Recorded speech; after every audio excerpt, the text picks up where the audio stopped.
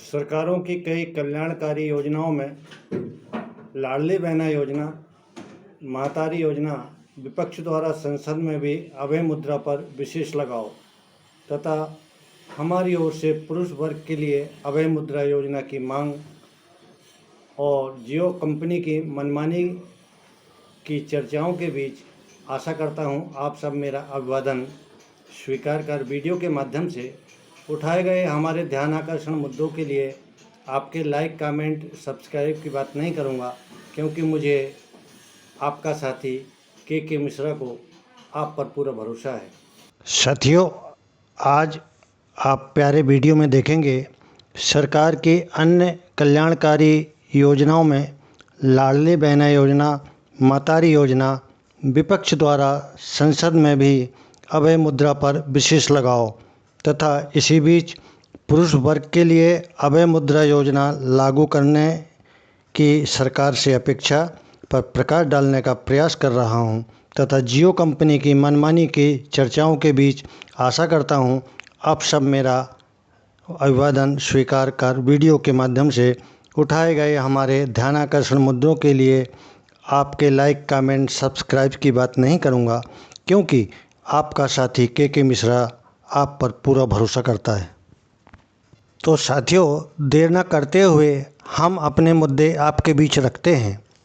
सरकारों की अनेक अच्छी और बहुत अच्छी योजनाओं में आज सारे देश में जिसकी चर्चा है वह है लाडली बहना योजना एवं महतारी योजना, जो चुनाव में भी राजनीतिक परिणाम देने में 50% का योगदान समाहित है। यूँ कहूँ तो मध्य प्रदेश जैसे बड़े राज्य में लोकसभा चुनाव परिणाम आपके सामने हैं। इस परिणामों में इस योजना का बहुत बड़ा योगदान रहा है, यह बात किसी से छुपी नहीं है। और दूसरी योजना हमारे छत्तीसगढ़ राज्य की महतारी बहना योजना, वहाँ भी इस योजना से राजनीतिक फ़ायदा हुआ है। इस राजनीतिक फ़ायदे का आनंद उठाते हुए अब महाराष्ट्र सरकार ने भी इस चर्चित योजना को लागू करने में देर नहीं की, जो अच्छी बात भी है। साथियों, इस अभय मुद्रा के वातावरण में हमारे मन में भी एक मांग उठ रही है, जो शायद लाडली बहना योजना जैसी हो। हम पुरुष वर्ग भी चाहते हैं सरकार द्वारा घोषित अभय मुद्रा योजना, क्योंकि हम पुरुष वर्ग भी अपनी मांग या अभिलाषा सरकार से कर सकते हैं। तो क्यों ना खास करके महाराष्ट्र की लोकहित सरकार इस योजना को लागू करने में देर न करे, क्योंकि आगामी विधानसभा चुनाव में राहुल जी द्वारा अपने चुनावी घोषणा पत्र में उनकी इच्छाओं के अनुरूप इस अभय मुद्रा योजना या कई ऐसी लोक लुभावनी योजनाओं की घोषणा करने में देरी नहीं करेंगे। इस योजना को लागू करने के लिए सवाल बनता है, पैसे कहाँ से आएंगे।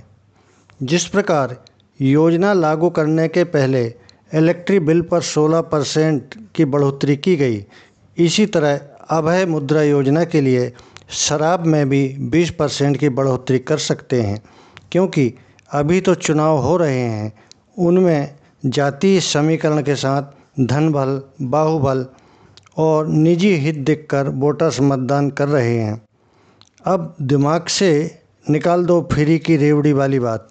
अब जनता फ्री में किसी को वोट नहीं देती, वह अपना नफ़ा नुकसान खुद तय करती है। साथियों, अब मैं आपको हमारे पार्लियामेंट की तरफ लिए चलता हूँ, जहाँ शंकर जी के परम भक्त की तरह राहुल गांधी जी द्वारा शिव जी की अभय मुद्रा का विश्लेषण किया गया, और शायद इस मुद्रा को देखकर लग रहा है सच में देश बदल रहा है। मगर कुछ लोगों को और पार्टियों को राहुल जी की शिव भक्ति पर शंका है, और हमेशा के लिए इस शंका को ख़त्म करने के लिए हमने रामबाण उपाय ढूंढ निकाले हैं। शायद आप भी सहमत होंगे। क्यों ना आप संसद में किसी भी सम्मानित सांसद के द्वारा प्राइवेट बिल लेकर आए और उस बिल में शंकर जी की अभय मुद्रा वाली प्रतिमा लोकसभा में स्थापित करने की मांग हो।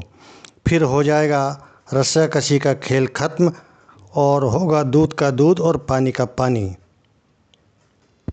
साथियों, अब मैं जियो पॉलिटिक्स नहीं बल्कि जियो कंपनी की बात करना चाहता हूँ। आजकल केवल एक ही चर्चा है, वह है जियो। जियो मुकेश अंबानी का वह प्रोडक्ट है जो देश में इंटरनेट की क्रांति के लिए जाना जाता है। एक बात तो आपको याद होगी, जब मुकेश अंबानी के पापा यानी कि धीरू भाई अंबानी कहा करते थे, कर लो दुनिया मुट्ठी में। उन्होंने अपनी कंपनी का फ्री सिस्टम लाकर मानो पूरे भारत को मदारी की तरह नाचने को मजबूर कर दिया है।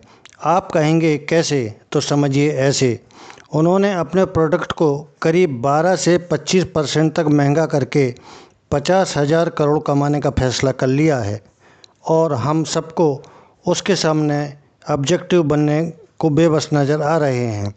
यह कंपनी पहले लोगों की ज़रूरत बन के आती है और अपनी प्रतियोगी कंपनी को कमज़ोर करके एक तरह से साम्राज्य स्थापित करने की योजना पर काम करती है। इस समस्या से निजात पाने के लिए केंद्र सरकार को चाहिए कि जियो को टक्कर देने के साथ उपभोक्ताओं का हित को ध्यान में रखते हुए BSNL जैसी मरणासन कंपनी को पुनः नया जीवन दान देकर 85 करोड़ इंटरनेट धारकों को पूरा ध्यान रखे। आपको हमारा वर्तमान समय का सटीक विश्लेषण कैसा लगा, कृपया कमेंट से ज़रूर अवगत कराएं। वीडियो देखने के लिए धन्यवाद। मिलते हैं किसी अच्छे वीडियो या ब्लॉग में, तब तक के लिए नमस्कार। जय हिंद, वंदे मातरम।